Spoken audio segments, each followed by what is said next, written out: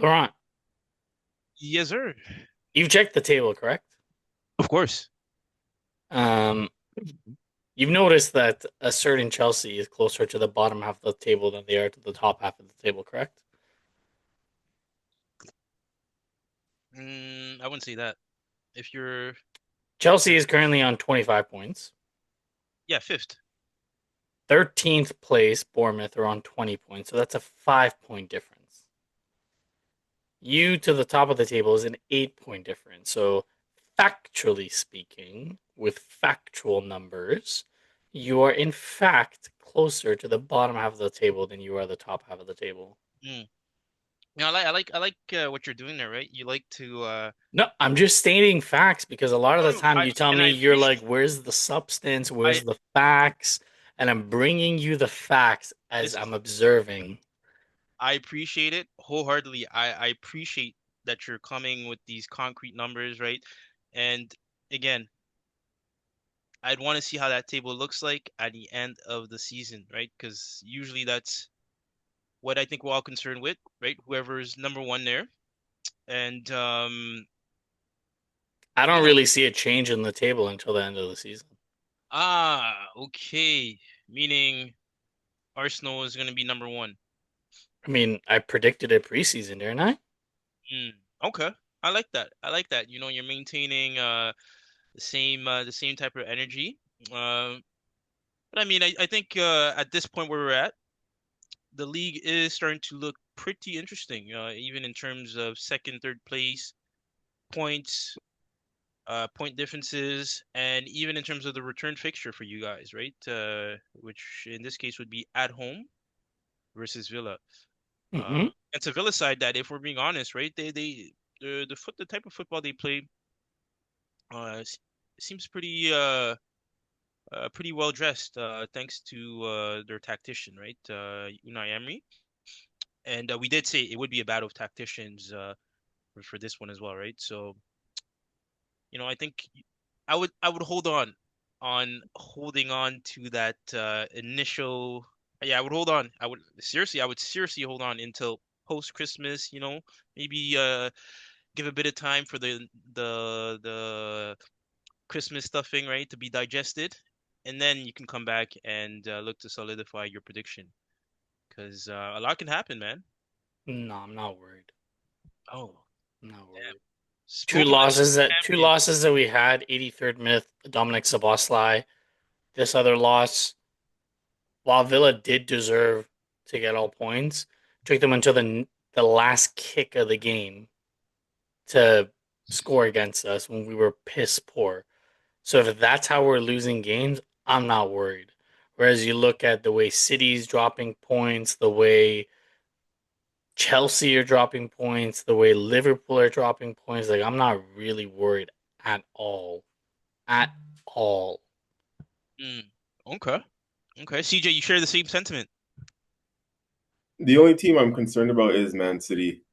And I only say that because not even because of the team itself, it's because of the coach that they have. That's the only reason why I'm concerned. And so if the points gap is like this, like it's still like 2, 3 points going into the business end, right? The period of the season that we're all looking at, that would make me a little bit nervous. And again, not because of the team. Like this is not the Man City team of old, but that manager, Pep Guardiola, he does wonders and he can work miracles, and he has shown that it's not easy to win once, let alone repeat. And he did four in a row, and it takes a certain level of a good coach to keep your players motivated to go back to back to back to back.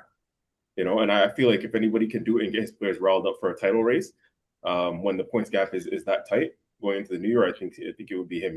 And there's still winning players in that team like Silva and Diaz. Rodri is there, even though he's not playing at the moment, but he's an experienced player in their dressing room. Obviously, Erling Holland himself. So whilst he's still around, that manager Pep, and whilst they have some experienced players, although they're not the greatest team on the football pitch, it would make me a little bit nervous going into next half of the year if the points gap is pretty tight. Um, but that being said, I actually still have us, just about favorite still to go on and win it. To be honest, because we've you have to look at the fixtures that we've played too, and we've done pretty much most of the difficult away grounds at the moment. we've been pretty perfect at home in the Premier League so far, and we've struggled away from home, and that's a bit of concern. Like, there's people who will say, right, the critics, and I hear it, I hear the critics, but people will say, Arsenal's gone to some of the big away grounds in the Premier League and haven't got maximum points, right? Like Sunderland's in that top 5, top 6 area, drop points against them, obviously drop points against Chelsea, um, drop points against Villa. So the teams away from home that are in the that top 7, 8 area, we're not picking maximum points. I get it, but at the same time, all those games are out of the way, and we're still 2 points clear at the top of the table. And if you told any Arsenal fan at the beginning of the season, with the start of the season that we had in terms of the fixtures, that we would still be top at this point in December, I think most of us would take that. With all the So injuries that we had on the front end, the back end, the midfield. mm-hmm. So yeah, I don't think it's obviously we're going to get into everything, but I don't think at this moment in time it's a time for panic. I see a lot of people going overboard, including some Arsenal fans, saying title race is done and this and that, and we're going to bottle it again. Like, it's too early to say all that, to be honest with you.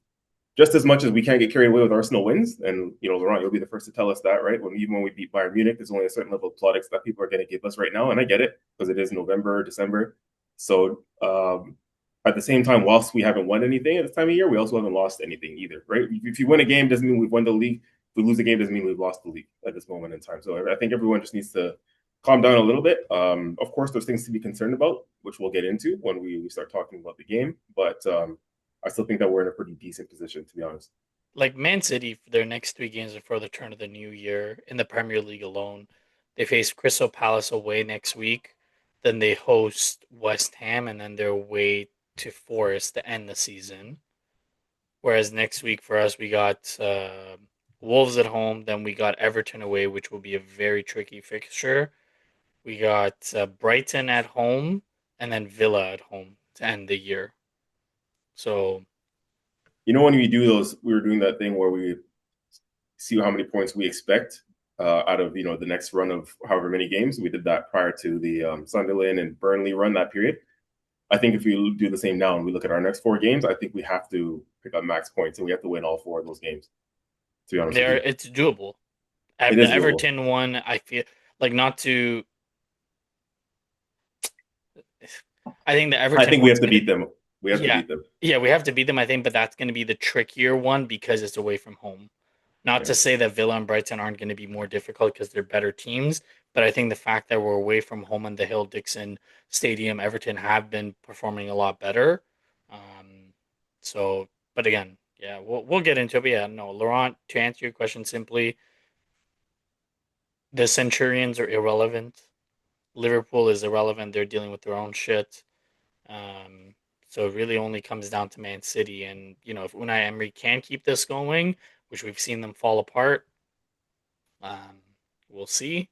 But yeah, I'm not overly concerned right now. I mean, even in Unai's case, when you use that term "fall apart," I don't know if 'cause, I mean, they had a terrible start. Mm-hmm. That's and that to me is the one thing to watch out for, right? Because for someone to have a start like that and to almost out of nowhere, right? Get in such good form, it speaks volume, right? To what that coach is able to do. So yeah, I wouldn't be surprised if they're able to maintain that for quite a long while, if I'm being completely honest. And I did watch the game, right, from beginning to end. I'm Mm-hmm. assuming both you guys did, right? So piss poor performance or not, the way he had his team set up, right? The passes they were picking out, um, they're well drilled, especially going forward, in my opinion.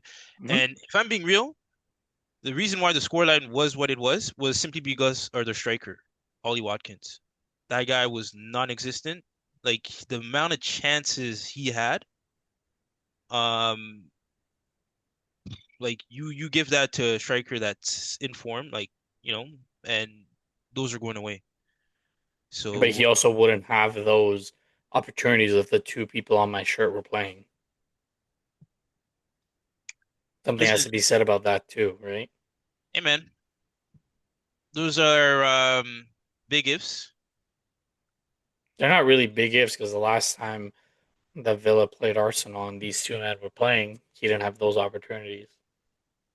Yeah, but again, that was last season, right? And I see what you're saying. Obviously, right? You have better players on the pitch. The positioning is better. The control is better. Um, but again, right? I think for me, it's like even if like, and I was watching some passages of play, right? And bro, there was one where Rogers beat like four-year players. Mm-hmm. I don't know if you guys remember that. I'm pretty sure it was Rogers. Yep. Um, Yeah, yeah, yeah.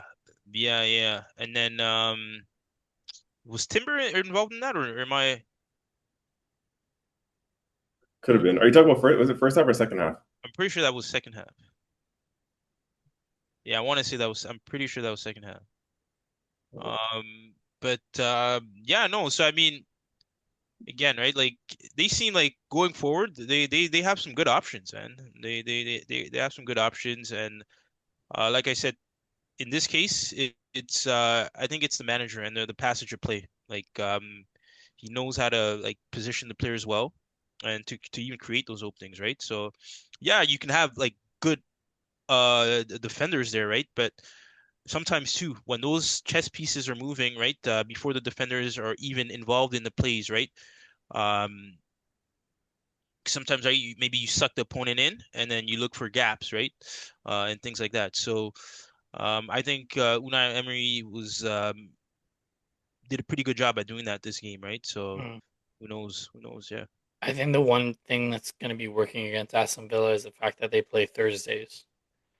And once the The season Europa. gets, yeah, I think once the season gets thicker and busier, I think that's gonna undo them. That's a fair So point because I assume they don't have that many options on the bench, right? They don't have the no, depth. Mm. no. Yeah, no. So and the injury crisis that Arsenal have dealt with, and to still be atop of the league in the fixtures that we've had to play without some of our key players. I mean, um, it I'm optimistic. I think there's still some work to do on the offensive side and get more of a tune out of our offensive players. But yeah, I mean, we can just get into it. Arsenal started match day 15 with a 2-1 loss to Unai Emery at Villa Park. Unai does it again. Unai does it again. Um, I think when he was with Arsenal, we went 22 games unbeaten, and he made sure that that record does not get overtaken by Arteta. So ours stopped at 17 before Mikel. And it seems like Unai he always has our number. He always has, especially at Villa Park. And Villa Park was bouncing. Villa Park was absolutely bouncing. And for all those Arsenal fans that are saying, "Oh, the rule is that if you play Wednesday night, you're not supposed to play the first Saturday game." Like, fuck out of here, man. Fuck out of here. Villa also played Wednesday. Like, I don't want to hear no bullshit excuses about, "Oh, we didn't have enough rest." Villa didn't have enough rest either. I don't want to hear none of that like bullshit. Like, no. Both teams had the same amount of rest.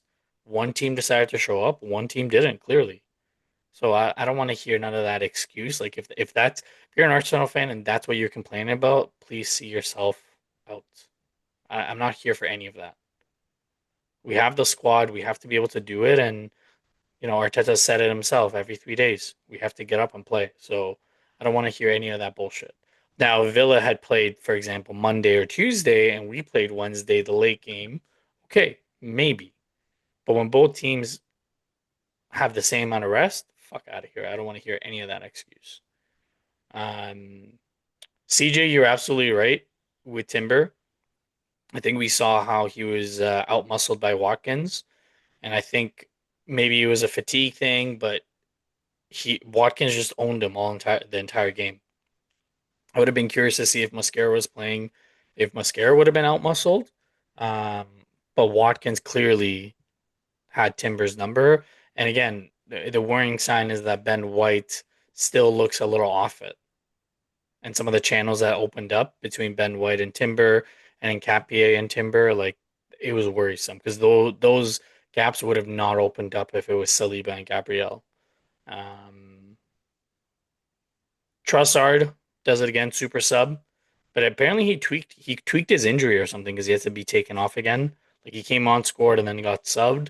And then the last thing, CJ, before I hand it over, Declan Rice needs a rest, like big time. He needs a rest. He looks leggy. He doesn't look like he still looks phenomenal, but you can tell that he's struggling out there. Um, but yeah, Unai does it again. Fortunately, CJ, what was your takeaway from the game? Um, hmm. Where do I start? Well, tactically, from a tactical point of view, right? Let's start there. The tactical part of the game, when you look at it and analyze it for why it went the way it did and what went wrong, essentially was I think it starts with the lineup. Obviously, I think the manager got the starting lineup wrong in terms of our attack. And it's a starting line that a lot of us actually did predict and went for, including myself actually. But I mean, I guess this is why Arteta is in that position. He makes the big bucks. I don't. So fair to say it didn't work. He got it wrong. We clearly needed pace in that forward line. I think it's as simple as that. We didn't have any pace, which I did say before the game. Without that pace, right? If you start a Marino up top, that gives Villa's defense the opportunity to cheat and play high, right? Because they don't have to worry about any pace on the counter. They don't have to worry about a Gyökeres, a Martinelli springing in behind. And they typically do play a high line defensively, Villa. Mm-hmm. But they can get away with that when our forward line is what it was on the day, right? It's slow. There's no pace. There's no running in behind. There's nothing to really trouble that defense to get them turning and running towards their own goal. And that was a big problem we had. So they squeeze higher up the pitch. And yeah, I mean, it wasn't a game for Marino. Eze probably had his worst game in an Arsenal shirt so far. Let's just be real. He switched off on their first goal. That was his guy at the back post. I think he even knew that. You can tell by his reaction as well. It's something he has to get used to playing in an Arteta system, an Arteta team, right? And this is what we all talk our shit about Martinelli and sometimes say he's not up to scratch, but what he gives you in the game from the defensive side of things, this is what you appreciate him for, right? Martinelli doesn't typically tend to make those kind of mistakes, and I think over time you've seen Trossard even grow to have that defensive work rate off the ball. It's just something that Arteta instills into his players, into his offensive players, is you have to have that work rate off the ball, and Eze still, I think, learning that. A few times you see Arteta on the sidelines having to shout at Eze to tell him to track back, to switch on. I've seen it in a few games so far this season, and yeah, clearly in this one it came back to haunt us because that's supposed to be him at the back post. I mean, that goal was coming, right? They had their chances early on. They just started on the front foot, really and truly. And it's their midfield. Their midfield really dominated. We have to talk about their midfield. They have really good midfield options, and the balance of that midfield is really good, right? From Onana and Kamara into the center of midfield there. Tielemans playing just ahead of them in that sort of attacking midfield position, and then McGinn and Rogers out wide. They have a bunch of runners. They have a bunch of technique, right, in that midfield, quality, pace, power, strength, you name it, right? They have a really well-balanced midfield in it, and it outdid ours. And one thing I wanted to kind of point out is, again, as much as Zubimendi's done really well, one thing that he's not a Thomas Partey in the sense that he doesn't have that physical prowess to get about the pitch and put a body in on other players, right? He's a little bit shorter, smaller in stature, doesn't cover as much ground. Mm-hmm. So when you actually think about it, our best midfield three currently is Odegaard, Declan Rice, and Zubimendi, most would say. But if we're being honest, Declan Rice is probably our only real physical midfielder from that side of things, which is a little bit concerning, right? Because Odegaard, forget it. You're not going to get anything out of Odegaard on the physical side of things. Even this game, you see him, back out of challenges, and he's sort of poor defensively, let's be honest. Yes, he has work rate, but I mean, he doesn't have the defensive awareness to be able to, break up play, for example, or close guys down, or even body somebody off the ball, right? And Zubimendi does try. He gets about the pitch, but again, he's not a Thomas Partey or a Declan Rice in that sense, right? So that's what does concern me, is the physicality or lack thereof. Declan Rice was our only real engine in midfield in this game, again, and even he was tiring towards the end. He made a great block in the first half, if you guys remember, with what looked like a clear shot on target from their right back, right? Matty Cash, the same guy who scored the goal, right? So that was Another great block on Rice's end, and that just goes to show you what he does. He's everywhere. He's all over the pitch, right? But again, there's only so much he could do, and I feel bad for the guy. I feel bad for him, and I want to get to the issues that we have in midfield in a bit. But before I do, just continuing on sort of in that first half. Like I said, I think Saka was our best attacking outlet in the first half. He's obviously he's our only real threat though, right? And without a Gyökeres or without a recognized striker, it kind of goes back to what teams are doing against us last season, right? Is you're able to double up or triple up on Saka when you don't have any other threats in the offensive areas. Teams aren't worried about a Marino or anything like that because again, lack of pace and all that stuff and lack of that box presence, right? So it allows their defense to double up and triple up on Saka and saying he's their only forward threat. So if you double, triple up on him, you take him out the game, we should be able to see this out, right? And that's sort of what was happening. Saka was getting double teamed, triple teamed at times. So it didn't work, right? It didn't work the way we wanted it to. And I think Arteta recognized that, and I was actually happy and proud in the sense to say, to see our manager showing a little bit of change in himself and adaptability to make those changes immediately at halftime to bring on Gyökeres and Trossard, and it worked. It worked almost perfectly, right? The way we started that second half. You get the goal within the first 10 minutes, which was well-deserved at that point because we were on top. And this is the part I don't understand. After we score the goal, it's almost like we switch and we retreat. I don't know what happened. I don't understand. Because at that point, you're thinking, okay, we're going to go on and win the game. I was pretty confident from that point that we might get the second.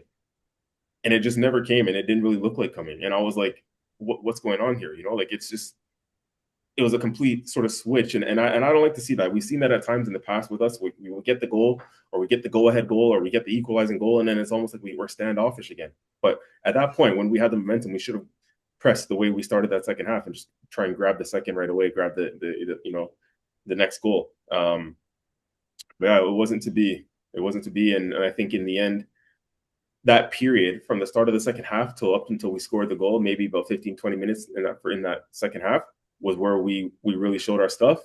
Otherwise, I think for the majority of the game, Villa deserved their 3 points, because we didn't show up in the second half of that second half, and we didn't really show up at all in the first half. So if you look at the overall balance of the game, Villa deserved their 3 points in the end. Some would say for us to lose was harsh. Maybe a draw was more deserved, but I mean, Villa, I think they were good value for the 3 points, right? I'm not going to take anything away from them.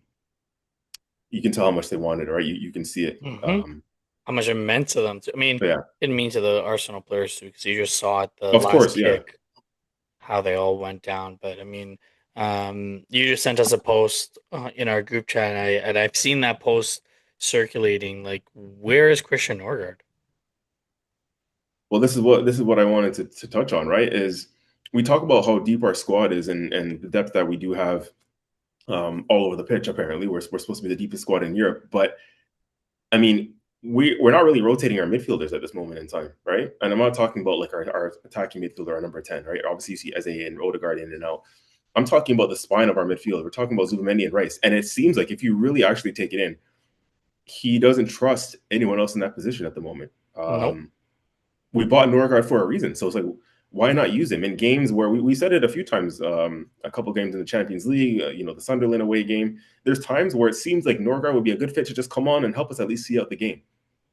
But last 15 minutes, 10 minutes, just see the game out. Like if you are going to go defensive and just play for a draw, just bring him on. That's what Norgard is there for.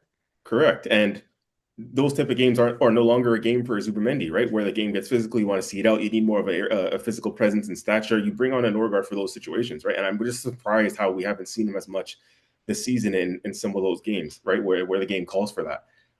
But those two, Zubimendi and Rice, are playing a lot at the moment.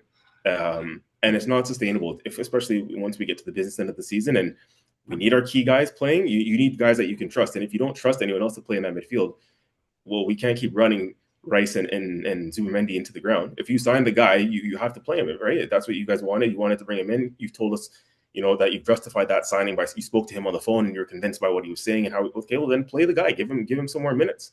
We can't afford to run our main guys into the ground. We really can't. So I think if there is any area we may need to address in January, funny enough, if an opportunity presents itself, it would be an adequate cover for Rice and Zubimendi, especially Rice. Because I think Rice at the moment is irreplaceable in our team. So, Yeah, I just thought that was an important point to touch on. But the second goal in itself, I think we need to talk about that. The second goal, their second goal, sorry, which is ultimately their winner. It's one of those ones. It's a scramble in the box. It's a bit unfortunate for on our end. You know, like Yeah. sometimes the ball bounces a different way. You get a chance. It falls to our guy. We clear it. You know, it was a mad scramble in the box. It fell to their guy perfectly, and yeah, it sucks. But one thing I want to say on it is I feel like if Gabriel and Saliba are playing, I don't think that happens. I don't think. Never. I think at one point or another that's clear. They make it a point to get to that ball first. Yeah. It's the marginal differences, right? Remember what I was saying before the game about Timber playing in center back, as well as he and I think in Capia, they both had decent games. But it's you saw it, especially in the box, you saw Timber on the ground a lot. You notice, right? In the box, he was on the ground. Whether maybe it's more of a fullback instinct, right? It's the slide tackling, the going to ground to make block shots, or sometimes Gabriel and Sleep are physically imposing enough that they stand their ground in the box, right? They don't go to ground. They're on their feet. You know, they don't need to go to ground. They have the frame and they have the build to be able to, you know, get in front of shots, even, you know, the longer legs, even like those sort of fine margins that I'm talking about. Whereas obviously a Timber is under 6 feet. You know, Gabriel and Saliba are 6'3", 6'4". The longer stretch that you have to get a foot on the ball because you just have the longer legs to just get a foot in there, poke that ball away, get it off the opposition. Those little things make such a difference, and that stature I think in the box was really missed in this game. Usually, you saw Yeah, it. Watkins was having a field day. yeah, Like I was genuine. Like I know you said it before the game. I'm like, no, I think Timber can do it, but I was surprised. Watkins was having a heyday. He was doing whatever the hell he wanted. yeah. So And yeah. we're really seeing now, I think, man, that again, we said it before too, but you know, sometimes they say you don't know what you have until it's gone, and people are underestimating, and even the opposition may not see just how crucial Saliba and Gabriel are to our team and to our success. They're the cornerstone and the heartbeat of this team. Let's be real. If we're going to win anything, it's going to be because of those two. Yep. And I don't know if you've even noticed that we're not even just talking about defensively. We're talking about how we Offensively. start our attacks on the ball Yep. because of their ability, especially Saliba's ability to carry the ball into midfield, right? Or even their ability as defenders to say, you guys get up the pitch, they back themselves and they trust themselves to go one-on-one with a forward. So many times you see, you know, them just, you know, they're the only two at the back when we push our team forward or we push guys high at the pitch because those two are confident in their own ability and we're confident enough in them to just deal with whatever 2v1s, 2v2s. You know what I mean? They're just, yeah, it's unfortunate, man, and we need them back. We need them back ASAP. It's not an excuse, as you said, because this is what we built our squad for. We're not going to use injuries as an excuse this season, but at the same time, of course, there's only so long you can go without those two. You see any title-winning team, 8 or 9 core guys in that team have to play week in, week out to achieve that success. You know, if we're without our two center backs for a sustained period of time, I mean, I think it's gonna be spell trouble for us, right? So we need them back sooner rather than later. Even if it's just one, even if a Saliba comes back, you know, and plays alongside Nkapie, that's already a big enough difference, you know. Yep. Um, I just hope so Arteta doesn't do anything stupid and play him against Club Brugge. Like even if he's healthy, I don't give a fuck. Even if we lose against Club Brugge, I do not care. We're gonna make it in the top 8 in the Champions League. I really do not care. Save him for the Premier League games. We got Crystal Palace in the FA Cup coming up. Sorry, in the League Cup. Like I do not care about the Champions League game right now. Like we're already first. We're like I don't care. We have a chance at a cup, right? A trophy that we haven't won in many years since 2019, like a proper trophy. Like, do not play Saliba against Club Brugge. Like, if you want to play him, sure, get some minutes in his legs in the last 15, 20 minutes, but do not play him from the start of the game. Like that, that's just asking for problems. yeah. Yeah, man, it's tough. I will say I know we mentioned it before when we started talking about you know we opened up the podcast talking about this, but I think it's important to put things into perspective again to kind of just calm ourselves down and calm any fans or you know anyone kind of freaking out. Is that again we're still in a pretty decent position at this moment in time. I mean, games can change so quickly, right? Things come at you thick and fast, and it's like you look at next weekend already there's no better game for us to bounce back to get 3 points in. Like a home game against Wolves, bottom of the league, who haven't won a game, right? There's no better game to bounce back from. Whereas the following day, Man City travels to a Crystal Palace who is heavily informed, and I think currently sitting in the top four even. Yes, they are. They're So in fourth place, and they have the second best goals against record, second to Arsenal, and they have the same home record as Arsenal. yeah.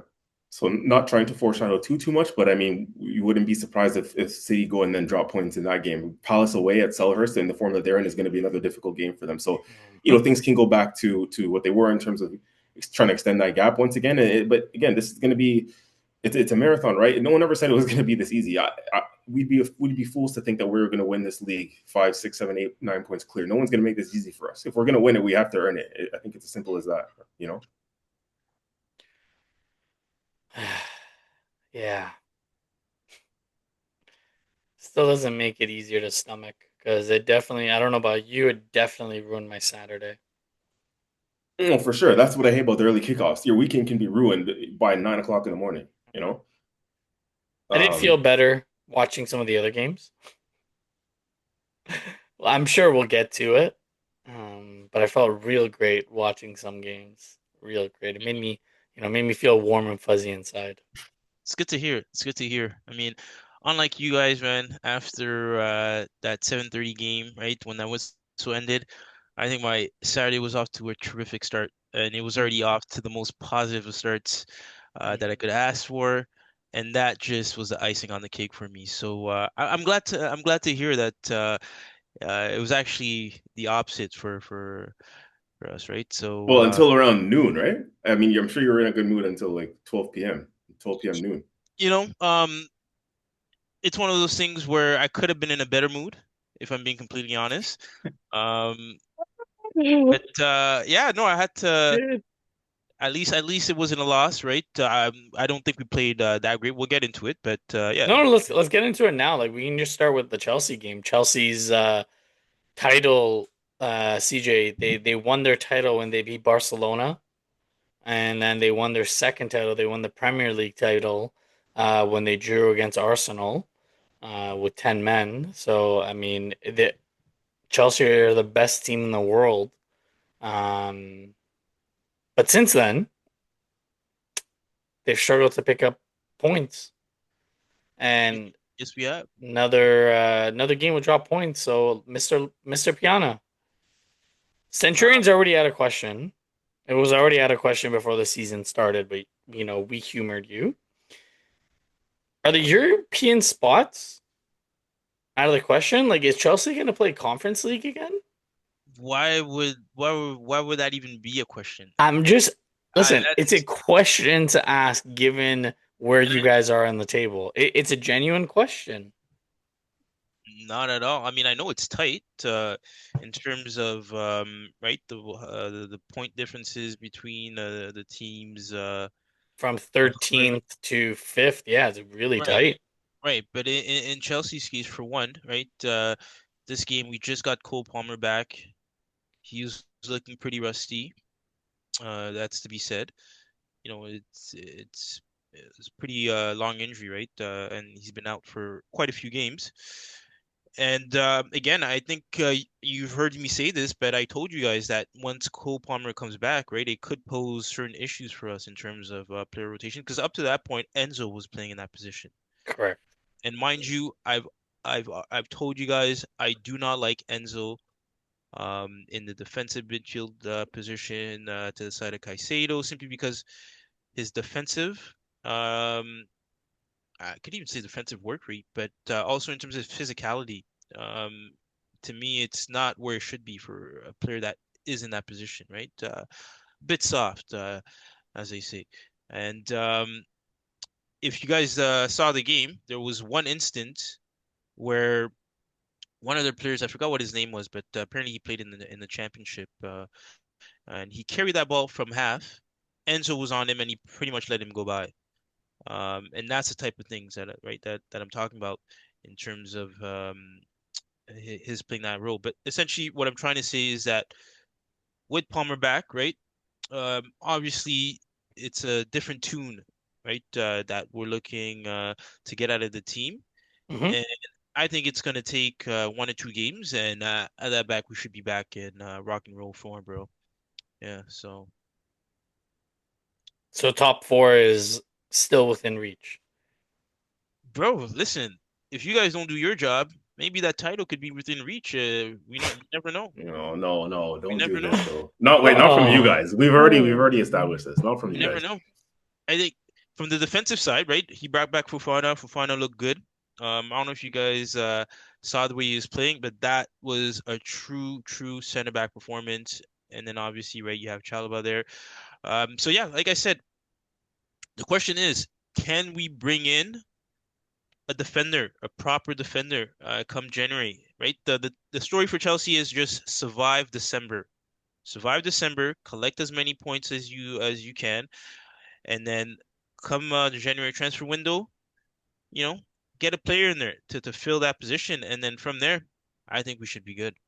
But see, here's my thing, and you say all the right things, right? We all know what our teams have to do. Like it's also for me, it's as easy as me to say, yeah, oh, if Arsenal wins the rest of their games, they'll win the league, no problem. But like, it doesn't work like that. Do you really expect? Because I don't. Again, not even being a hater, I'm just being a neutral, I'm being an observing fan. Do you expect Chelsea to pick up maximum points from here till January? No, I don't. They're going to drop points somewhere else along the line, right? It's just, as I've said, for me, they're just too inconsistent. And honestly, to Murdad's point, on the less humorous note, Saturday also showed me that some of these other teams just are not serious. You know, like City's the only real threat for me, because Arsenal losing early in the day, right? These teams who supposedly want to call themselves in a title race, the Liverpools, the Chelseas, like you look at that and say, oh, Arsenal drop points, let's go and capitalize. Like, what happens? Both those teams fire blanks. So it just showed me that these guys they're not serious. There's nothing for us to worry about from most of these other teams because there's so much inconsistency with all these other teams. No one really looks good enough to go on a good enough run to challenge us to catch us up, aside from Man City themselves, who've been there, done that. But these other teams that I'm looking at, and I'm like, again, I'm disappointed in Chelsea, and I'm not even a Chelsea fan. It's like, bro, where was that? Like, make it competitive now. You need what other extra incentive do you need to try and put yourself in this race to say, oh, Arsenal lost, let's go and capitalize now. But the firing blanks. I don't know. That's Like, just the way I see it. I mean, it's a fair assessment. It's a fair point. And again, right, like I told you, that position, right, that he filled, the number 10 role. It's one of the most important positions in football when it comes to just attack. Because that is the creator, the maestro, as they call it, right? And Mhm. that player, right, that played pretty much, I think, 80% of the game was rusty, right? And for us, especially in the manner that he plays, right? It is a pivotal role for him to be able to create and all that. And his passes were not on point. There's breaks, Neto is on, and the pass is behind, right? So it's things like that. And like I said, right? It's one game he comes back, right? That's the first game he started. I'm saying give us, the Atlanta game this week, and after that, man, we're back in business. So yeah, maybe you can come back and ask me those questions there, and then I'd be happy to answer. Well, one thing I'll say to that is that if your hopes on being in a race or being that level of competitive are hinging on Cole Palmer being fit, then you guys are in trouble. Because one thing we've seen and we'll tell Yeah. you over the years as Arsenal fans is you don't Not win a Cole, league with. not Cole Palmer being fit. That's not what I'm saying. What I'm saying Okay. is, right? Remember, because I told you guys Enzo was in that role up to that point, right? Mm-hmm. And what we saw is it's like I'm not even surprised because again I told you guys if that player comes back, you're obviously disturbing a certain like a certain, Rhythm, yeah, certain rhythm. chemistry. There you go. Yeah, certain chemistry, exactly, right? And then mind you, right, he's playing and he's out of touch, right? What do you credit that to? To a player who has not seen the pitch in a while. And it's normal. It's like the guy's just coming back, right? He's not going to be out there. He's not looking as sharp, right? So it's not to him being injured. It's simply if you know, if he comes back and he's holding that position, right? Obviously he's going to produce a lot more if he's constantly playing in that role, right? And mind you, he does get injured. If he does get in the future, well, we already have an answer for that, right? We can put Enzo Fernandez back in there, right? So, yeah, so it's not so much so the injury factor that we're worried about, right? Again, now it's how does he adjust, how does he adapt, and can he produce for us as quickly as possible? Well, Before Murdoch, sorry, I want to make a comment. Yeah. Just like kind of like from an Arsenal ranting point of view for a second. When I'm looking at it, as I just said too, like how things change so quickly in football, right? Before the Arsenal Chelsea game at Stamford Bridge, Chelsea was one of the hottest teams in form after beating Burnley and after beating Barcelona, and you know, uh, a week later, post the Arsenal Chelsea game at Stamford Bridge, they're winless in 3, right? And it's just like crazy how things can turn around so quickly in football. And from my point of view, from just a quick ranting point of view for a second, it makes me so much more disappointed that we didn't get the 3 points Yep. at Stamford Bridge in the end. When you look at obviously us losing this game, right, in Villa at Villa, you would turn around and say that those extra 2 points, if we had won at Stamford Bridge, would be handy. Then this loss at Villa doesn't look as bad, right? And then obviously looking at Chelsea's form post that game, again, them winless in 3, it's like for me, it's just putting it into perspective, and I'm just thinking like missed opportunity, right, to go to the Bridge and get the 3 points to a Chelsea team that had 10 men. It just looks it's a little bit more annoying, I guess, is the word I'm looking for now. Yep. A team that we're going to face a few weeks at their home ground, Everton. They look good, man. I watched the extended highlights. Shrewsbury Hall. Yeah, man. They look pretty decent at home. 3-0 over Sean Dyche's Forest. Making my prediction look pretty decent now. Everton sitting in 6th. That's where I had them in my prediction at the beginning of the year. So, who knows? Who knows? Newcastle. This game doesn't really matter. Everyone, if you are listening to this, viewers, listeners, whatever you're doing next weekend, Sunderland, Newcastle, it is one of the best derbies ever. If you've never watched any of these derbies because you're too young or, you just don't watch, go on YouTube the previous derbies, and this derby is going to be freaking wild. Newcastle took care of Burnley. There isn't really much to say. Burnley's sitting in 19th. They look like they're going to go back down. The one question I have for both of you. So Newcastle play Wednesday, and Sunderland do not play midweek. Do you think Eddie Howe rests his squad, or he's going to want to go on both fronts? That's a good question. Because they're traveling to Germany. It's not like it's Leverkusen coming to St. James's Park. They are traveling. And I mean, they're 11th in the Champions League at the moment. Like they need a result. Yeah, so I don't think they're gonna rotate that much, maybe. But the Tyne Derby is it. I would argue that it's up there with the North London Derby. Jeez, I don't know about all that, but I get what you're saying. It's a big match. But again, I don't think Eddie Howe and them can afford to overlook the Champions League, right? You need to pick up points in there if you want to progress in that competition.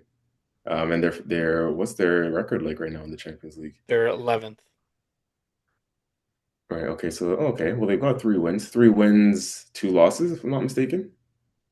And they're sitting in 11th. Yep. No, but again, they're going to want to try and solidify a spot in the top 8, as all the other teams around them would, and the points are all pretty congested in there. So I don't think they can afford to overlook this one and rotate too much. I agree. I think you got to take it game by game. All right, well, it'll be interesting. The Robots in Man City, they beat up on Sunderland 3-0 at home, now sitting 2 points behind Arsenal. We still have to go to the Etihad towards, I believe it's in March? I think it's April. April. So we got to try to, make sure the Robot in Holland is not doing well. What happened to Sunderland? That's the question. I have no idea. I'll tell you what happened.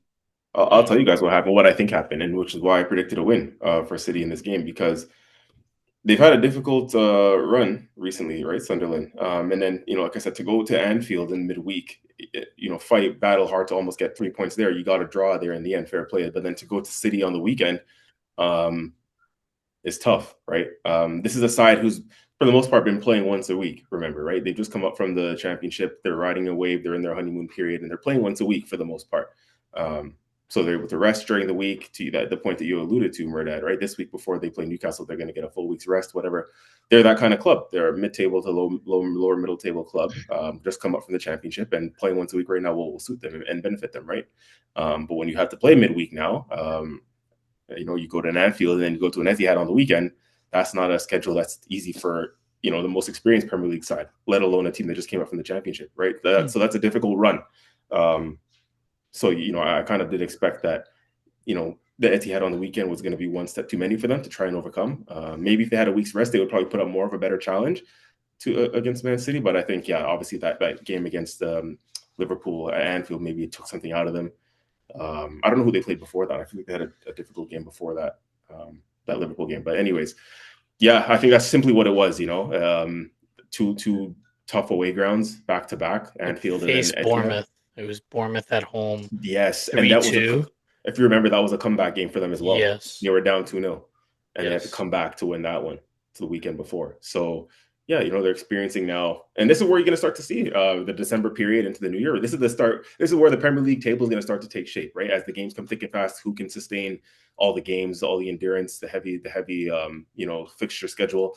So now we're going to really see the table start to take shape, and teams maybe tail off or whatever the case may be. So I think that's pretty much what it was for this weekend. I just think that Sunderland, it was one too many for them in such a short period of time away at the Etihad after being away at Anfield. And I watched a good amount of that game, and you can see guys like Xhaka and them, they were going to get overrun against that City team. And Xhaka did come off later in he's played almost 90 minutes for Sunderland every game so far this season, but he came off in the 70-something minute in this game. And I think that was with an eye on, obviously, the Newcastle game next week, right? I think the manager said, this one is lost. I think Xhaka was on a potential yellow card suspension. So if he got booked in this game, he would miss that game against Newcastle. So I think the manager did something sensible there and took him off to just rest him. You guys, the Shirky assist though? Yeah, I saw that. Yeah. Oof. Yeah, man, that had everyone talking, and especially Pep, because somehow Messi got into the conversation. I don't know. I don't even want to. I don't even want to entertain that. Don't even. What was said? Yeah, Murda, take it away. No, I'm not. No, what the hell? I know you're not comparing this fucking Ute to Messi. Apparently, did you guys hear him talk about something about like stats? Apparently, I heard him say something along the lines of, "I'm not a stats guy," right? That's what this modern version of football is. It's all about stats and the numbers you put up. He's like, I'm not the one to put up the stats and the numbers, but he's more of like an eye test player. So the things that he does on the pitch, the moments he has, I guess, him alluding to the assist that he had with the Ramona. But he said that he's more of like, I guess, when you watch me, right, an eye test player, right? He's good for what he does in game. He's not necessarily one that's going to put up numbers week in, week out. And that's kind of what he was saying. He's pretty much bashing the new school of thought where it's like all about, the guys who get the ratings are the guys who put up numbers and get the stats, whereas he's more of like an old school player, right? So, I mean, I don't know. That's kind of an interesting take because at the end of the day, at that level, you got to produce. You know what I'm saying? Like, it's cool to do all of that, but if you're not getting assists or making key passes or key stats, right, then what does it amount to? Listen, Messi and Ronaldo passed the eye test and passed the stat test, so don't bring up these fucking Utes to those two goats. Let's move on. That's gonna get me heated. We're not talking about this shit. Like, why are we even entertaining this bullshit? Comparing two goats to this fucking 22-year-old Ute who hasn't done shit. Like, bro. Scores bangers though. I'll say that much. Talk to me when he scores 1,000 goal and assist contributions. Bro, not even like the top. And when he wins the Ballon d'Or. Bro, you know what I mean? Like, did Thierry Henry score 1,000? The Thierry Henry score 1,000 goal assist contributions? No. Yeah, but that's what I'm saying. Like, you can be elite and not get those, put up those numbers, right? Obviously, that's not for everybody.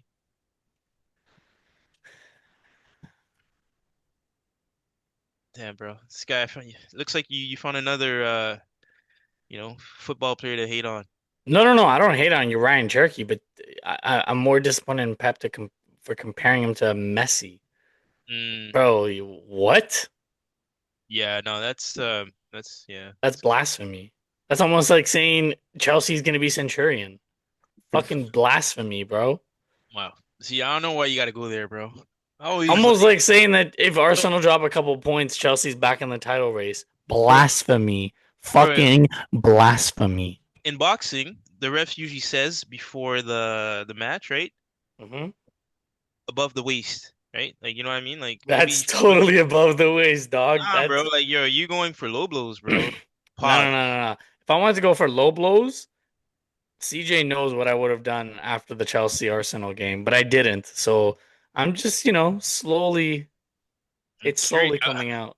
I'm curious what you would have done. Nah, it's all good. Um, let's keep it moving with Thomas Frank saving his job in the Mm, Thomas Frank Derby, beating Brentford 2-0 at home. I mean, I don't really give a fuck about this game. Like, Thomas Frank, save your job for another week. Like, you're gonna get sacked. The fact that you're talking about like your fans booing Vicario and things like that, you're doing the same shit that Ange Postecoglou did. It's only a matter of time. Like Chelsea, sorry, not Chelsea, Spurs, like home record is so piss poor that I'm shocked. I genuinely am shocked that he's made it this far. And I don't know if it's like Daniel Levy's gone or what, but I'm shocked. So we'll damn. see. So you're saying he's gone after the Nottingham Forest game? If he loses, yeah. Mm. I mean, who knows? What if he loses to Slavia Praha midweek at home?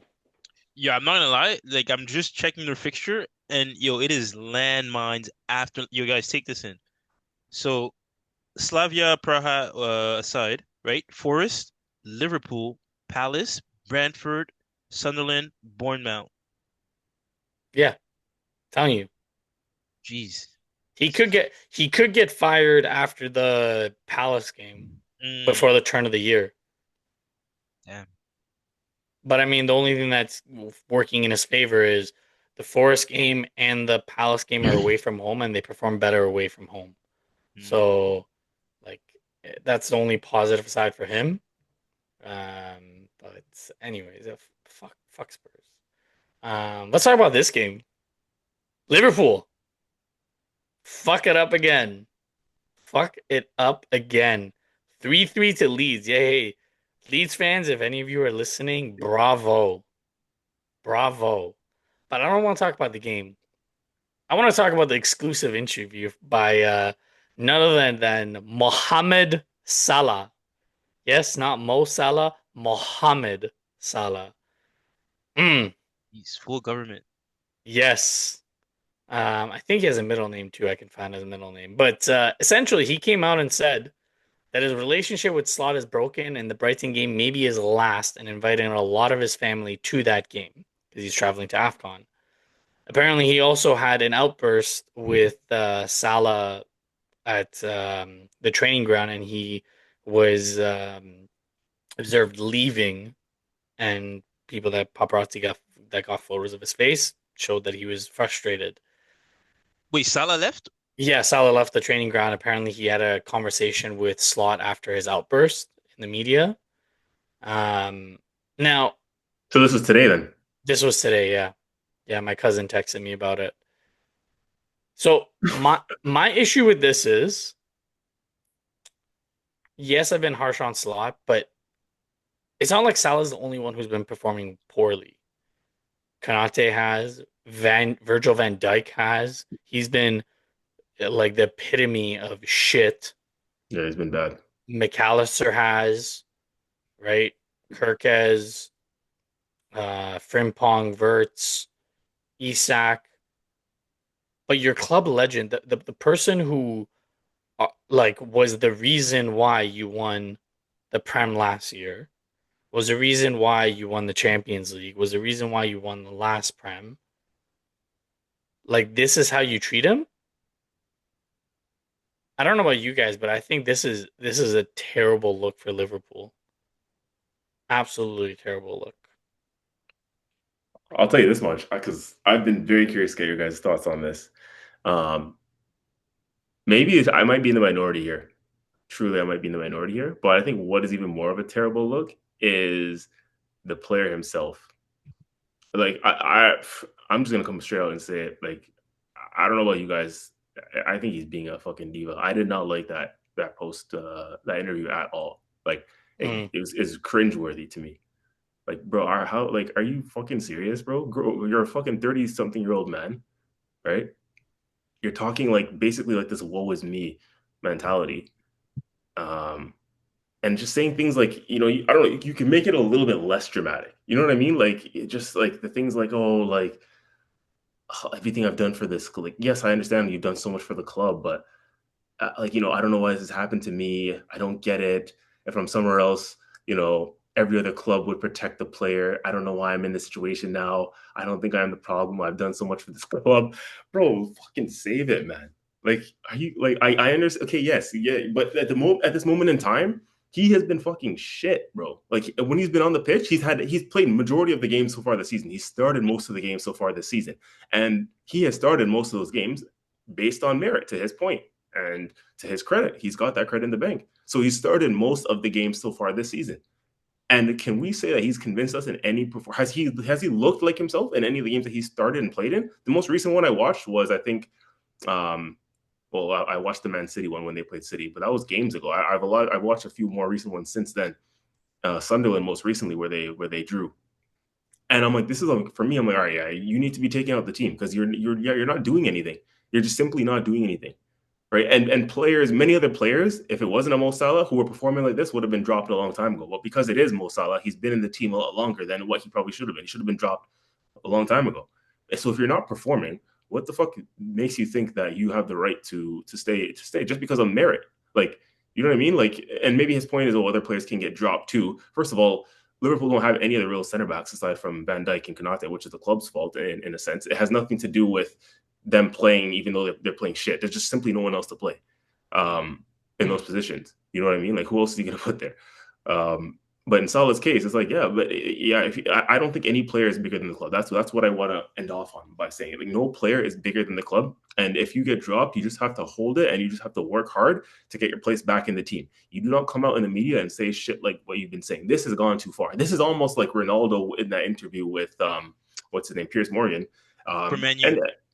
Yeah, for when he's at Man U. And again, if you're that level of player too, maybe you understand a little more. Maybe only players who can get away with things like that, or is a Messi or a Ronaldo. And even then, like, is that right? Because again, like I said, no player is bigger than the club and whatnot. But them type of players maybe have a little bit more, to say, and rightfully so, especially when United was in the shambles state that they were in. But like, yeah, like something like this, again, Mo Salah, you're a club legend, you've done everything you have, but you don't need to tell us all that. We know how good of a player you are and have been. You don't need to come out on a sympathy cry. You don't need to fucking, and do the most and say the most, I'm just reading another quote here. I said to my parents, come to the Brighton game. I don't know if I'm going to play or not, but I'm going to enjoy it. I will be at Anfield to say goodbye to the fans before I go to African Cup of Nations. And like, what are you hinting at, bro? Like, you're trying to say it's your last game? Are you trying to make this a big scene, a big dramatic thing? I don't know. I just don't like it personally. Again, I think if you're not playing well, you do not deserve to stay in the team. You've been in the team long enough since the start of the season with a number of bad performances, and you've only recently been dropped. You could have been dropped a long time ago if you weren't who you are. So your credit in the bank has allowed you to play more games this season than you deserve to play. You're not playing well. So shut up. It's as simple as that. If you're playing well, or if you're making an impact, if you're making a difference, sure. But why would you continue to stay in the team and to play below par? You know what I mean? It just doesn't make any sense to me. Work hard to get back in the team. It was kind of the similar thing to the Vinny Jr. stuff, right? When Vinny came out, when we watched that game together with the El Clasico and what he was saying as he was coming off the pitch and all that. Like, I just don't like to see that kind of stuff from players, man. I think they're professionals. They need to be better. They need to do better. Yes, they're emotional, but again, they get paid the big bucks for a reason, right? You have an audience, you have a fan base, you're a role model, right? In Mo Salah's case, you're a role model to young kids and young players. What kind of precedent, what kind of example are you setting that just because I am who I am, I'm allowed to carry on in the media like that? Like, that doesn't set a good precedent for, again, young kids, young players who see him as a role model. So they're going to go to their clubs now and think that they can do that, and think that this type of behavior is acceptable at a club. It's not. It's just simply not, in my opinion. So funny enough, like you, Merdad, in terms of the Ryan Turkey, if you keep going on about that, you're going to get heated. This is how I feel about Salah, because as I was reading about it, it was just getting my head hot, bro. I was getting cheesed. I'm like, this guy he can't be serious. It was just too much. I think he went way over the top. A 1-2 thing here and there, like a 1-2 jab, a 1-2 subtle comment, you hear players make all the time. But this was a whole outburst, right? This was a whole like fucking diva, dramatic Taylor Swift fucking sad song. Well, he did it with Klopp too. It's not his first time Salah did something like this. I think he did Yeah. it with Klopp when he removed everything from his Twitter, if His I'm not social media, mistaken. yeah. He removed Yeah. Liverpool Football Club out of his bio and like fucking crybaby, bro. Give it a rest. Yeah. I don't know what your guys' thoughts are. Like, Laurent, you've been, Yeah, Laurent. I mean, I let's see. said my piece. What do you think, Laurent? No, like I agree. I agree with CJ's angle on it. And for me, at the end of the day, man, it's like at that level, right? You're a top footballer. For one, it should be like, shit, I paid my dues to get here, and I gotta keep paying my dues to be here, right? So, yeah, that whole even for now, I'm taking even for Ronaldo, bro. Shit, I'm even say even I don't care if you're Messi, you're Messi, Pele, Maradona, right? Those players, yeah, sure, you're sitting on a throne, but to keep sitting on that throne, you have to keep performing, right? Funny enough, that's the reason why you're even in these conversations is because you've kept performing at a certain level, right? So, yeah, like CJ said, right? No player is bigger than a club, and it should never be that way, right? Because that leads to dangerous roads. Mhm. And yeah, at that level too, it's like you should take pride in wanting to reclaim that spot if it was taken from you, if anything, right? As opposed to, oh yeah, well, it's Mo Salah, we just put him back in, and you're not performing. That's, I think, to me, it's like that's the worst part of it, right? It's just, well, when you played and you had your chance, right? You were just piss poor. Mm. Um, so yeah, no, I agree with CJ's take on it. Hmm. And again, I think it also is like, because at this point, I mean, what do you guys think? But I'm pretty sure that this is an irreparable relationship at this point. It's only It's going to end done. one way. It's Either done. Salah goes or Slot gets sacked and he stays. That's the only way Salah stays, in my opinion. But I think now, like, it's broken. It's done. It's Yeah, what it's can you not do a to repair Klopp this? situation where, Klopp had more credit in the bank to be able to mend it. Mm. This is what I was saying. Slot is not a people manager. He cannot manage personalities. And the So, other thing too that I wanted to mention is like, this is what you're supposed to do, right? Dominic Szoboszlai came out in the media apparently before Salah had his outburst yep. and said, we deal with things internally, whatever, it stays in the dressing room. That's what you're supposed to say, right? So Dominic Szoboszlai is going and saying, yeah, it stays in the dressing room, whatever, everything's fine. Like even the whole Real Madrid thing. I don't know if you guys heard a few weeks ago. Well, you did hear because I think you posted it, Murdad, in our group chat about the players turning on Xabi Alonso. The players have come out since and said, Camavinga, these players, they've come out and they've said, oh, everything's fine. We back the manager. Like it's all good. Sometimes you can tell they're capping, but they just say that in the media because they're supposed to, right? You can't make the club look bad, or you can't make the coach look bad. You can't make it's a professional environment. You can't do that, right? You can't come out and air people out like that publicly in the media, right? So even if you believe it or not, players will come out and say, right, your Dominic Szoboszlai's, your Camavingas, and whatever in the case of Real Madrid. They'll come out and pretend like everything's fine because you have to. Even Arteta's done it, in the media when we've seen it in the All or Nothing documentaries, right? His post game interviews, Arteta will more often than not will take the blame. But if he'll go back in the dressing room to his players in the post game talk and he'll blast the players if he thinks they fucked up. He'll let them have it. But in the media, more often than not, he's not really going to air out his players, too much. Or there's certain things you got to keep under wraps, right? As a club, as a team, as individual players, as a coach. And I think this is things like this with Salah is just a step too far, right? And I think it's not a good look for the club. He's embarrassed the coach. So if I'm the coach, I'm Arne Slot. That's your pride is at stake here. Your pride is, hey, you're basically calling me out. Basically just say my name if that's what you're gonna do. Call me out. And you know what I mean? Because you're just taking those subtle digs. Everybody knows this is a war now between Slot and Salah. There's no hiding that. And so Slot's got to defend his name and his honor now, right? As a coach, or else he just looks bad. It looks like he's getting walked all over by this player. So Mm. it's irreplaceable relationship. And I think, yeah, Salah, he should know better. I think he's experienced, 32, 33-year-old player in the game. He just got his big contract too. No, he just Yep. re-signed a big contract. So what? He's on 300 bags plus a week. Like, what are you crying 400. about? Like, what are you crying about, though? Come on.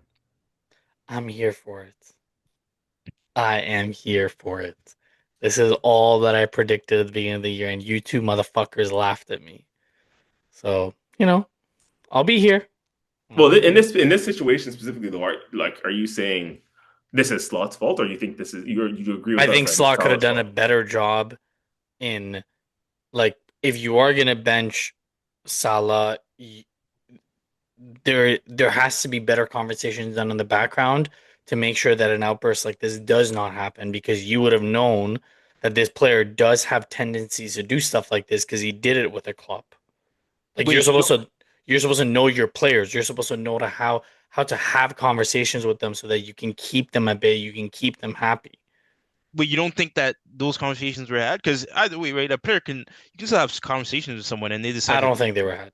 Mm, I don't think they were had. I don't. I think a conversation was had, but a conversation to the respect of a club legend, no, I do not think it was had. saying you have the inside scoop, eh? Well, I mean, Your cousin called you. if it looks like if it looks like a duck, quacks like a duck, it probably is a duck. Yeah, yeah, no, I hear you, I hear you. And Slots never managed world class players. Mm. You know, the horseshoe is running out. West Ham, West Ham. They were literally like a minute and a half away from winning 3 points away from home, and they gave it up in the 91st minute. So nothing from the bottom of the table changes. West Ham, Wolves, and Burnley are in the relegation slots, and yeah, they they need to do something. They need to do something. They host Aston Villa next weekend, and like, I don't know what Nuno's gonna do. It looks like they're gonna get relegated if they don't pick up good form. Um, Game today, Palace and Fulham. So Palace did win. Now they're sitting in fourth. I know we chatted about it a little bit earlier. There was some rumors. I don't know if you guys saw. There was some rumors that the Liverpool hierarchy are looking at Oliver Glasner. But my question is, if you're Oliver Glasner, do you leave a Palace for Liverpool? He was upset with Palace not spending money in January in the summer window, and like, but do you leave Palace for Liverpool? Like, of course, it's a step up. Don't hear what I'm not saying. Yes, it's a massive step up, but like, with the way that like, you know, do Yeah, you I think do if you're a coach, that's an enticing proposition still, because there's still good players there, right? So you're thinking long term Mm. project with Liverpool. You know, you're probably going to be like financially backed. There's a good sporting director. There's a good foundation and club, and around Liverpool Football Club. it? And like you said, I think of course he doesn't want to be in a position because Oliver Glasner, yeah, he was almost going to walk out, right? I rate the Yep. stance that he took. If they had gotten rid of Mark Gahey on that final day, Glasner was like, "Yo, I'm leaving," you know. Oh, are you So serious? Yeah. mhm, mhm. Yep. That was Oh, one of the main reasons why Gahey stayed in the end. Yeah. Yep. So Because yeah, I don't have enough time to replace him, so no. mm. Hmm. Interesting. yeah, I think he would. I think he would go. Um, not too much to talk about this game because Wolves face United tomorrow. One last time, I'm Oh gonna ask you both this: is this where Wolves get their first win? Yes or no, no, no. Laurent? I'm gonna say no. Oh, you bastards! I'm gonna say yes. You I think think it's. Wolves? Okay, You think? I okay, think okay. Wolves. Hold on. Okay, can we put this one in the prediction, please? Yeah, I'm down. No, what you Well, both said we're not doing four anymore, so no. no. I listen. Okay, yeah. Sorry, you're right. You're right. I never said we're not doing four, but I feel like we gotta have a who does Wolf lose first to? Sorry, who do they win against first? And then that's just the ongoing like special prediction that we make. You know what I mean? Like for No, special games, like no, that's silly. this. I have to. I have to. I don't think I'm with that one. That's kind of silly. Really? Bro, not even for this game, bro. This is I was down for this one in isolation just because it's Man U and their yeah. shit. And But I know Murdad with his Yo, prediction is Julian, where you at, bro? yeah, don't kill me.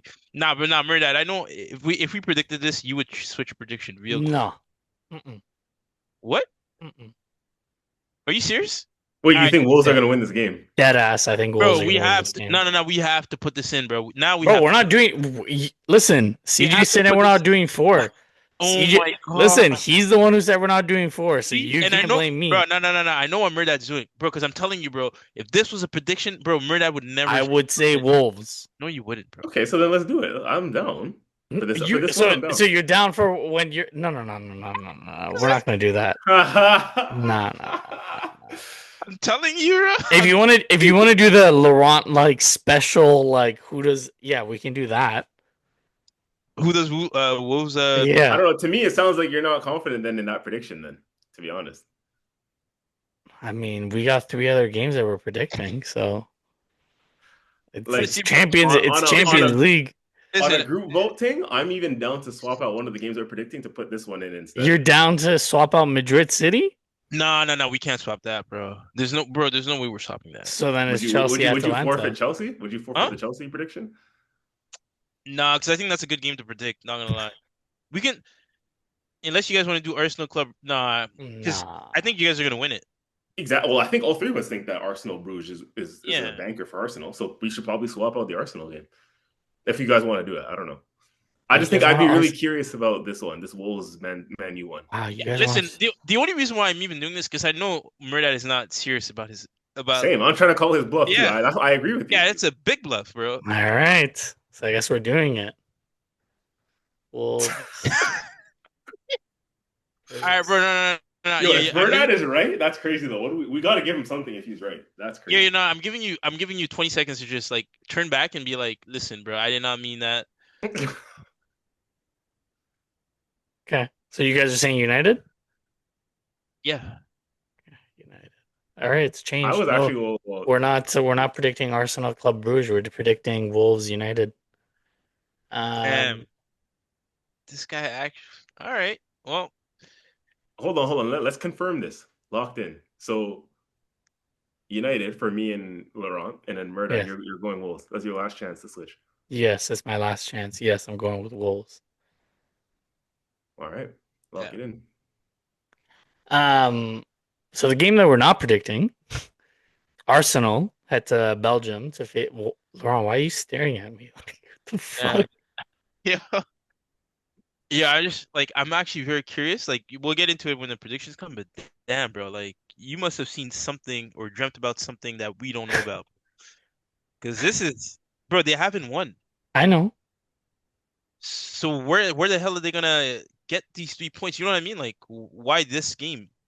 Because it's United. All right, jeez, bro. You hear that, Julian? Listen, this is like 10 times the disrespect. I don't think you can take that, bro. I'm gonna make sure you get on the podcast. Bro, it's and defend your honor. United. Yeah.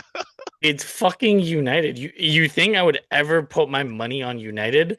No, I would never put my money on United. Damn.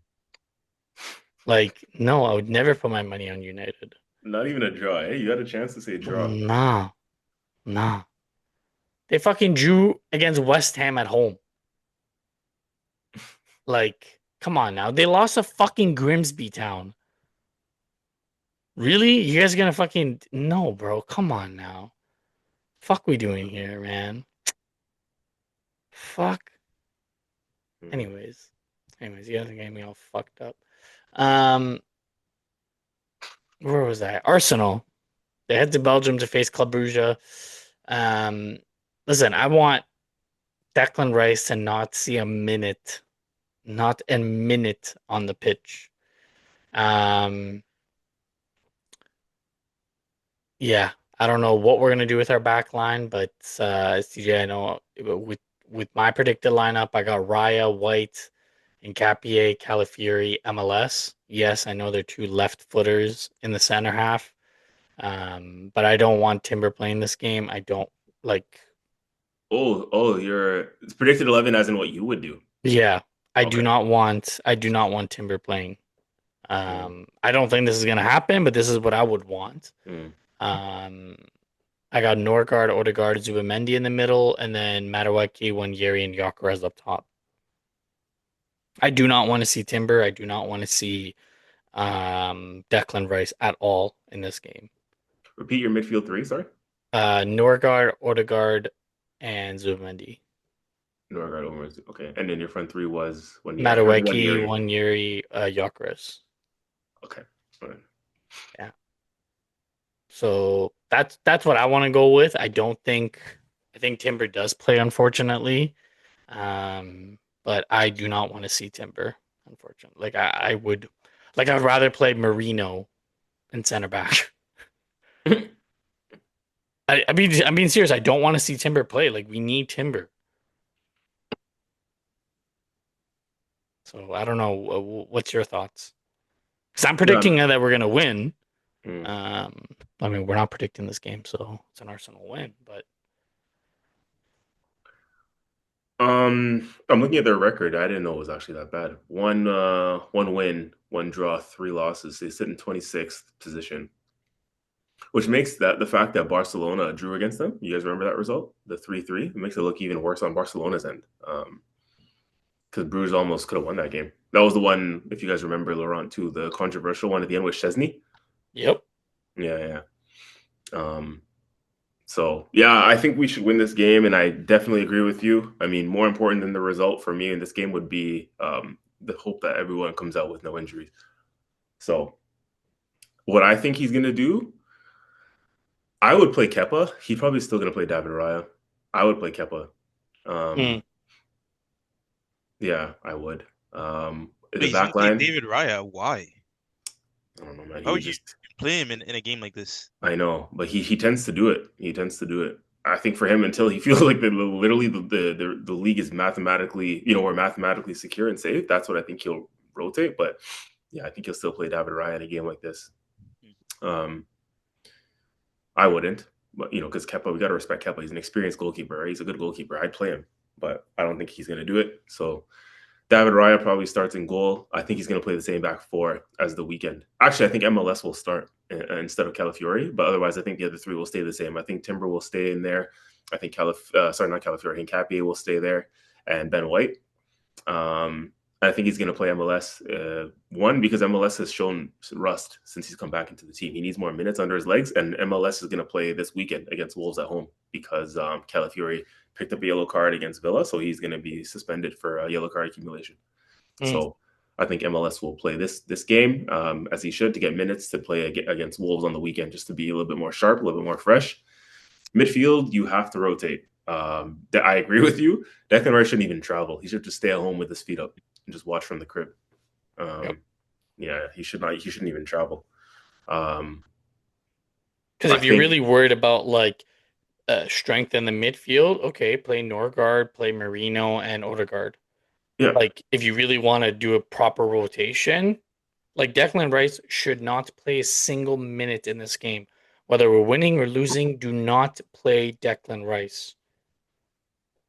Yeah, my prediction for this one is that he will start. I'm going to try and be as realistic as possible in what I think he'll do.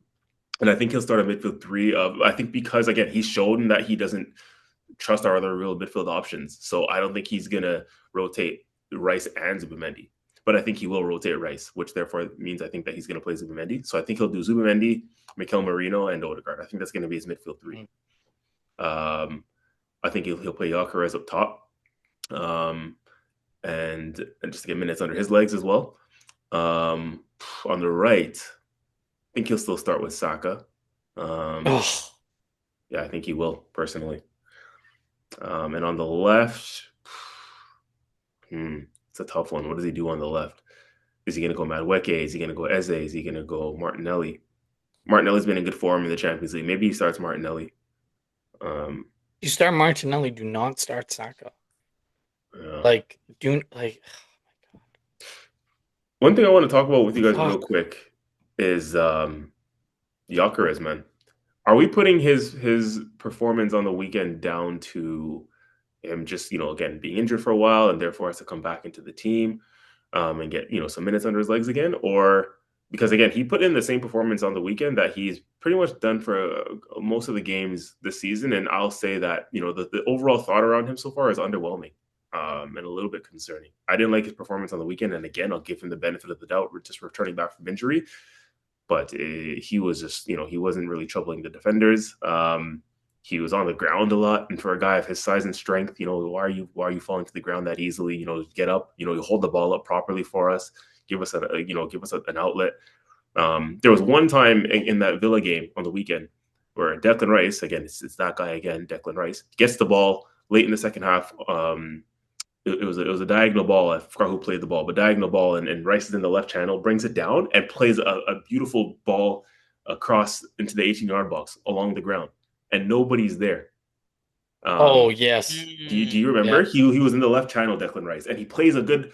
It was almost like an unexpected ball. Like he plays it early, a low ball into the box on his left foot. It was along the ground, and it was begging for somebody to go and attack and be there, right? And those are the positions that you expect the Gyökeres to be in, and he just wasn't there. And I don't know if that's because of lack of match sharpness, but you'd expect your striker to be in that position, right? But it was such an inviting ball, somebody should have been on the end of it. Um, but anyways, I digress a little bit. But yeah, just for me, it's kind of, I don't know. Like, are we seeing worrying signs with Gyökeres at the moment? Like, are you worried about him? Either of you, especially Murdat from the Arsenal lens. Like it's been a little bit underwhelming, and I'm getting a little bit concerned with him. He's not showing what we thought at first. But there is a thought to say also, right? We haven't adapted to him either, right? We're not looking for his runs. I feel like early enough. We're still getting used to what it means to play with an out and out striker in this team. Because for years we've played with a striker who drops in, right, or a false nine type of striker. So is that what it is too? Like, is there growing pains in getting used to playing with a striker like him? Maybe the striker is still trying to fit with the team and vice versa. But I don't know. Right now, it's I'm slightly concerned with him. I don't know. Maybe what you think or what you guys think. I'm not concerned.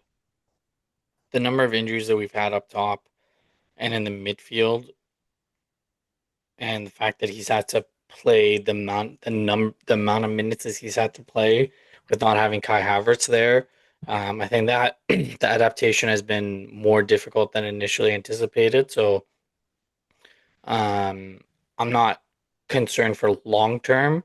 Short term, sure, yeah, like I'm concerned short term, but we're not looking at the short term. We're looking at the business end of the year, and I think um, he is only going to get better. I don't think that this is what Gyökeres is going to be like, and I think once players start getting more and more healthy, and he's going to get his rhythm and those relationships, I think he's only going to get better. So for me, I'm not overly concerned. Mm. I'm just being honest. I'm not, and I'm trying to be unbiased as possible. Like I'm not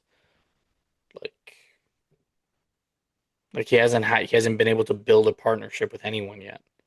As soon as he was able to build a partnership, he got injured, or the player that he was trying to build a partnership with, they got injured, or they've been in poor form, or like he hasn't been able to have that connection, right?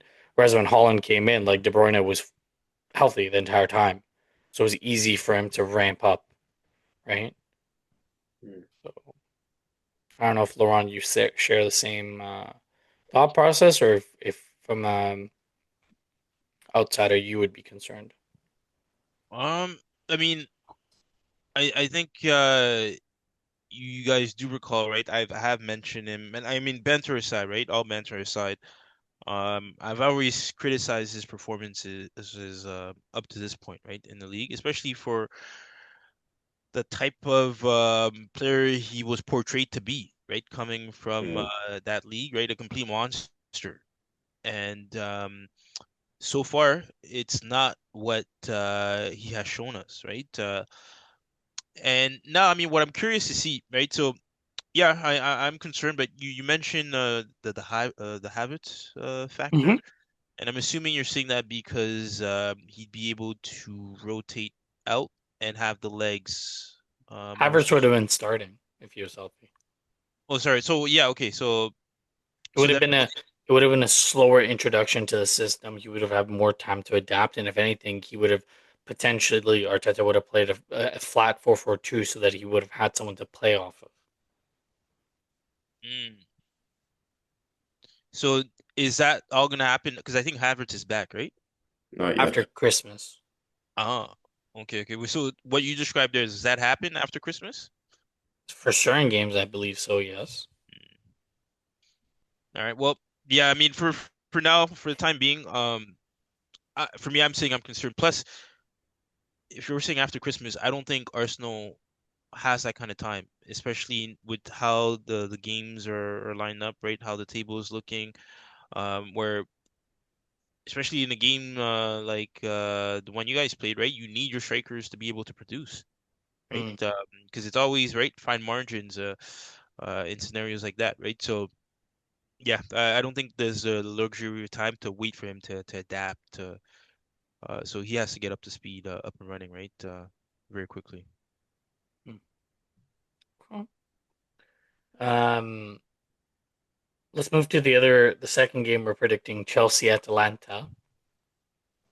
Atalanta sit in 12th place in the Serie A. Moise Caicedo is able to play this game. Laurent, thoughts? Straight win? I think we come out ahead. Yeah. Like you said, Caicedo's back, and then Palmer most likely is going to have a go from the get-go. So um yeah, and we are performing well in the Champions League. I think our only loss is to Bayern, if I recall. Yep. So yeah, all other games have been won. So yeah, despite it being an away game, I think we come out on top. All of the games have been won. It's Yeah, a 4-1 record. No, didn't you guys You draw guys are someone? 3-1-1. 3-1 and 1.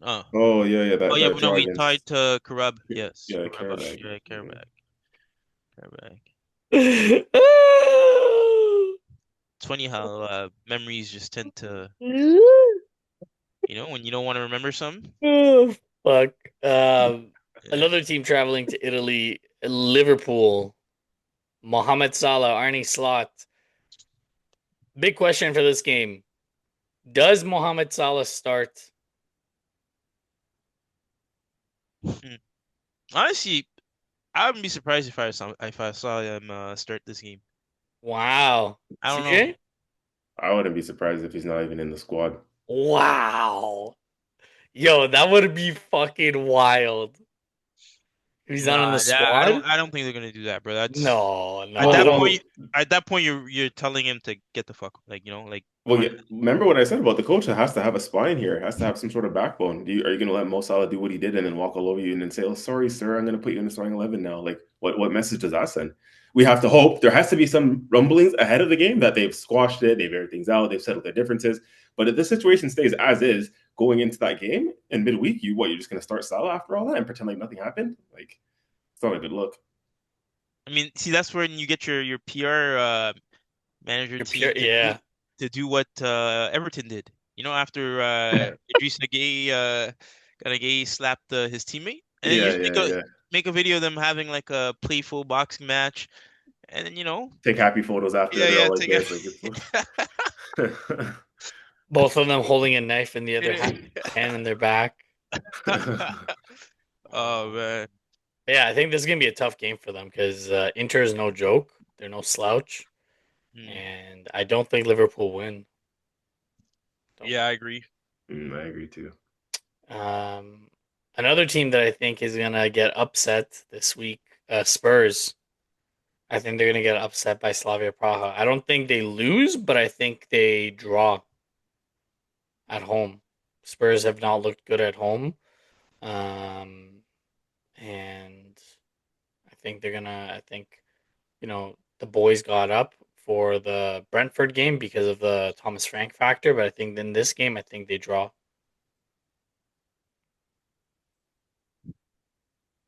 What? No, I'm just laughing. What? Is it, say what's on your mind. You think I'm full talking shit? No, no, no. I sometimes I wonder if you make these predictions based on like your hatred for the team or the coach or for a player, or if it's like genuinely like, Well, the last couple of times when I said there was a banana peel game, you guys are like, no, surely not, surely not. And it actually turned out to be true. Hatred or not. Shit, I mean, you toss enough bananas on the road, someone's bound to slip. Fuck. I should toss it your way for your fucking knees, bro. Um, Newcastle. We chatted about it a little bit earlier. They're heading to Germany to face Leverkusen. So you guys both don't think that he's gonna rotate heavily, but you guys think No. Eddie Howe's gonna play a pretty strong lineup? Yeah, yeah. You think Um, he's gonna rotate? I think he's going to rotate a little bit. Yeah, I think he's going to try to finish the game in the first half so that he can rest like Guimaraes, Joe Linton, and people like that. I mean, you're Like pretty sure. Guimaraes, Joe Linton, and Anthony Gordon. I think they're going to get more rest. Yeah, but I think he has also Yohan Wissa that just came back, and Yeah, I Wissa, believe he yeah. did. Yeah, he did play in their last game. So um, yeah, that's a key player for them, mind you, Mm. right? So yeah.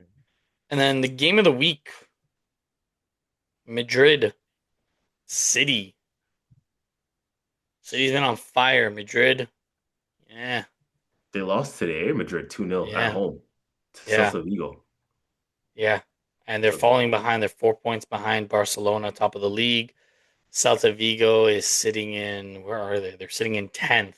That was their fourth win. Um,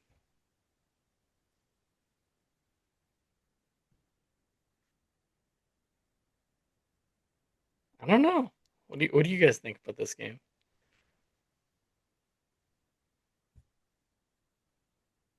If I'm being honest, I don't see City beating them. Wow.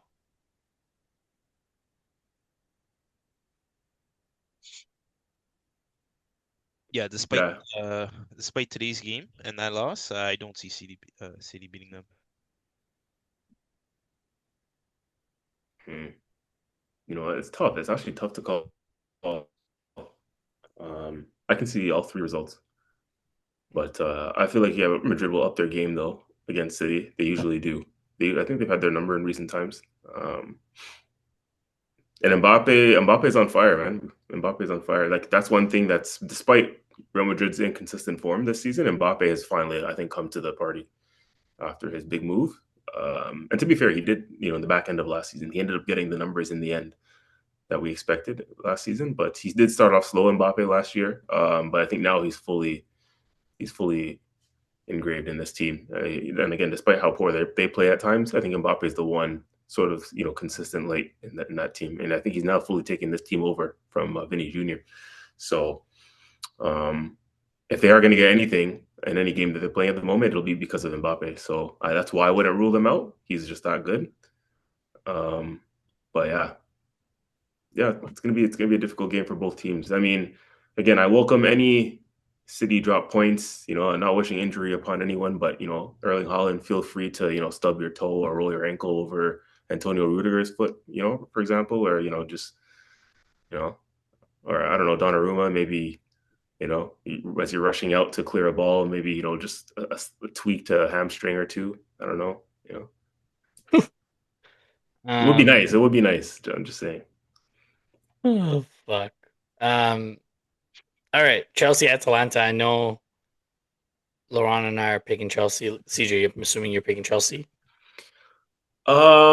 Yeah, I think Chelsea will just about get through in this one. It's going to be a tough game though. Like, don't Why are you guys sleep. picking That's Chelsea? Because I think with Caicedo, you guys are going to bounce back. Hmm. I think you guys can handle the fluffiness of Italian soccer, but you can't handle the physicality of the Leeds and Bournemouth. mm, shots fired. No, it's just facts. Mm, it's facts. What do you Mm, have to say to that, Laurent? mm. Is that facts or fiction? Hey, listen, all I gotta say is we'll see you when we see you. Okay. Madrid City, Mr. Piana. Yeah, I'm gonna go draw. I'm gonna go draw.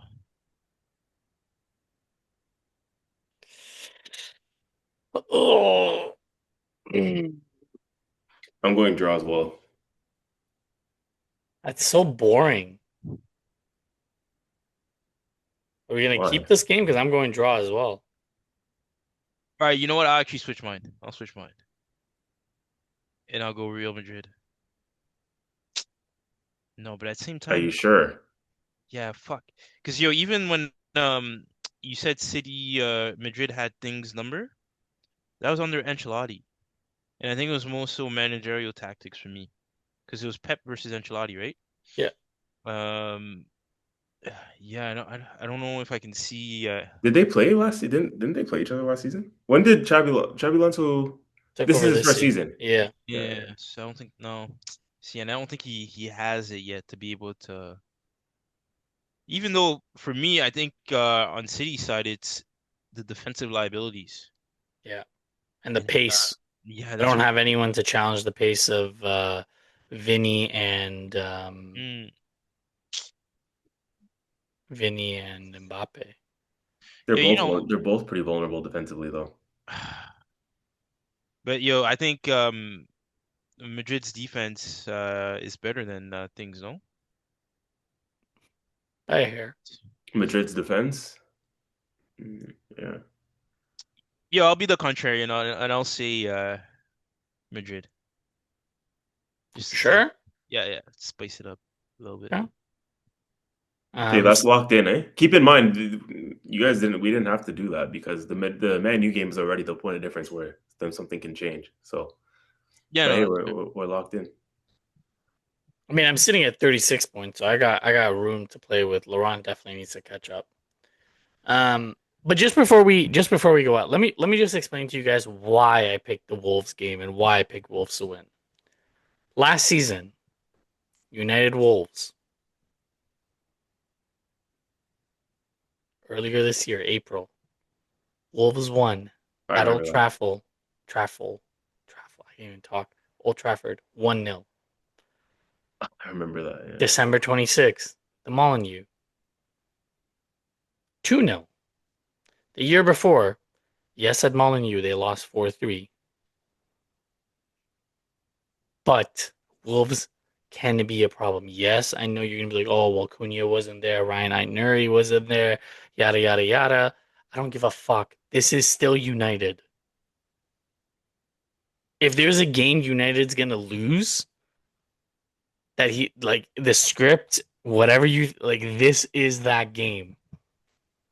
And if it means that I lose the prediction series, I could care less. But I'm very confident, very confident that this is where they get their win.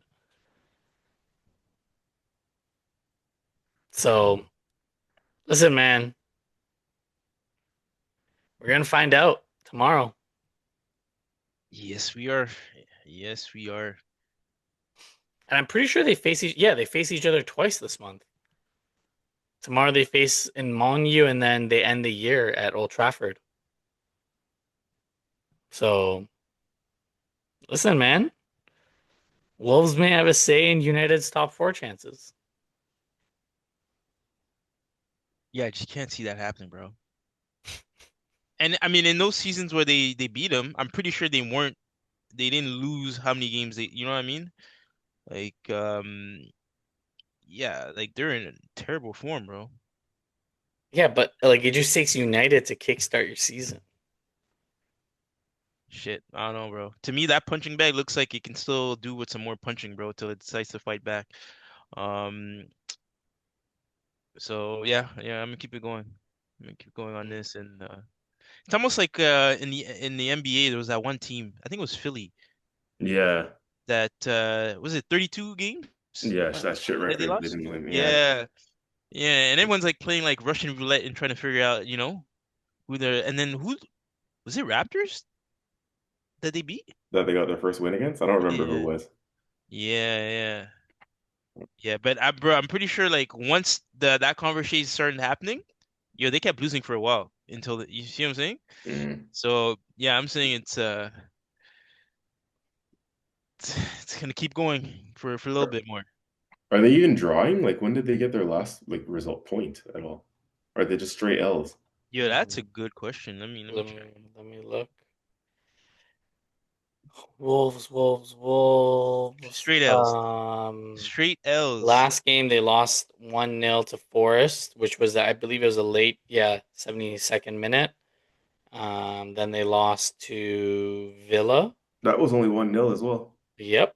So it's coming. They lost 2-0 to Palace, which was a close game. They lost 3-0 to Chelsea, 3-0 to Fulham, but they had a red card. Um, 3-2 to Burnley. That was also a close game. They should have won that game. 2-0 to Wolves, and 2-0 to Sunderland, and they drew Brighton at home. They drew Spurs away. Yeah, and those are their only 2 draws. Yeah.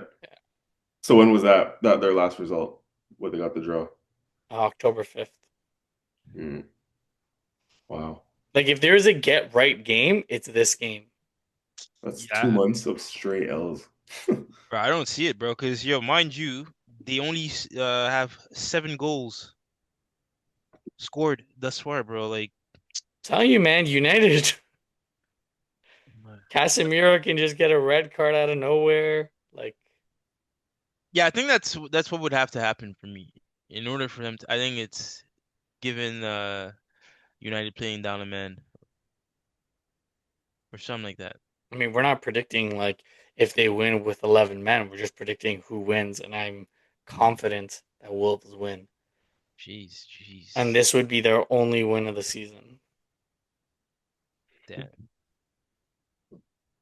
Well, we'll find out tomorrow. Yes, we will. Do you guys want to add the Arsenal game just so we have 4? Or you guys want to just bypass? Well, no, because we all predicted the same result, so it doesn't really matter. I assume we all predicted. Yeah. Oh, fuck, you see what I did there, Laurent? Yeah.